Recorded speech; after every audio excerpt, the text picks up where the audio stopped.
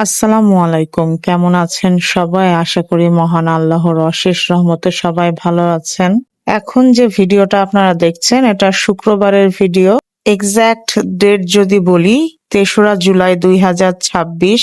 এখন যে মসজিদটা আপনারা দেখছেন মুসল্লিরা আসরের নামাজ আদায় করে বের হচ্ছেন, এটা আজিমপুর কবরস্থান জামে মসজিদ। আজিমপুর কবরস্থানের সামনে দিয়ে গেলে নিজের নিকটাত্মীয়দের কথা খুব বেশি মনে পড়ে।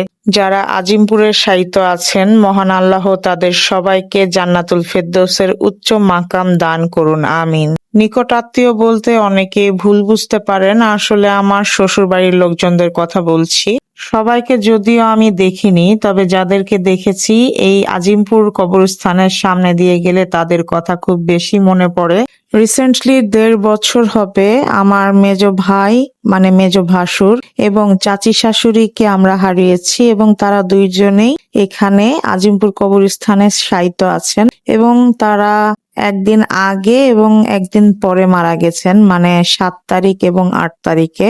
আমার হাজবেন্ড আজিমপুর কবরস্থানে গেলে অথবা কবরস্থানের সামনে দিয়ে গেলে খুব আবেগপূর্ণ হয়ে যায়, যেহেতু তার ফ্যামিলির সবাই এখানে শায়িত আছেন। বাবা মা, দাদা দাদি, নানা নানি, আদরের বোন এবং ভাই। তিনি তার বোনকে এবং দাদিকে খুব বেশি ভালোবাসতেন, এখনো ভালোবাসেন। যেহেতু জন্মের পরে সে তার মাকে খুব বেশি দিন কাছে পায় নাই, সে দাদির কাছে বড় হয়েছে। সে তার বোন এবং দাদিকে খুব মিস করে। যেহেতু সে তার দাদির কাছে বেড়ে উঠেছে, সে দাদির খুব ফেভারিট নাতি ছিল। আমার মনে হয় সবার যে কোনো কবরস্থান দেখলে তাদের নিজ নিজ নিকটাত্মীয়র কথা খুব মনে পড়ে এবং তারা তাদেরকে খুব মিস করে। মানুষ মরণশীল, সবাইকে মারা যেতে হবে এবং যে কোনো কবরস্থানে সে শায়িত হবে। কবরস্থান থেকে পালানোর ক্ষমতা কাউরই নেই। সবাই ভালো থাকবেন, সুস্থ থাকবেন, আমাদের জন্য দোয়া করবেন। আল্লাহ হাফেজ।